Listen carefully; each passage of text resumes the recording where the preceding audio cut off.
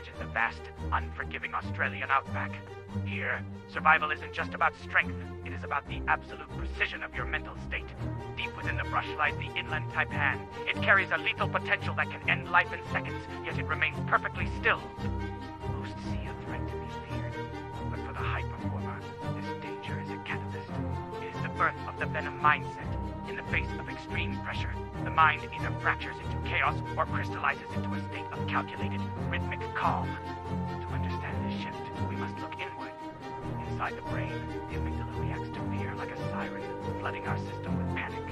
But the Venom Mindset allows us to override this instinct. It moves the energy from the reactive amygdala to the logical prefrontal cortex. This isn't about ignoring fear, it's about utilizing it. It's the transition from fractal scribbles to a structured geometric diagram of intent. When you are focused on the venom, the trivialities of the world disappear.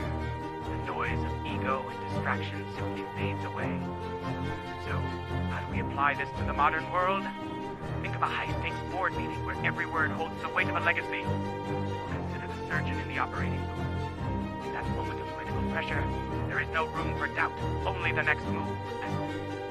The Venom Mindset moves our fears into tools. A spider's web, once a symbol of entrapment, becomes a complex network of data and strategy. By treating every challenge as a venomous encounter, we demand a higher level of performance from ourselves. We choose calculated silence over noise. You can intentionally summon this state, breathe, recalibrate, visualize the danger, then find the narrow path through it with total clarity. True mastery of the instinct isn't about avoiding the wild, it's about standing in the center of it and remaining untouched. Don't fear the venom, respect its power, and use the focus it demands to achieve your peak performance. Master the mindset,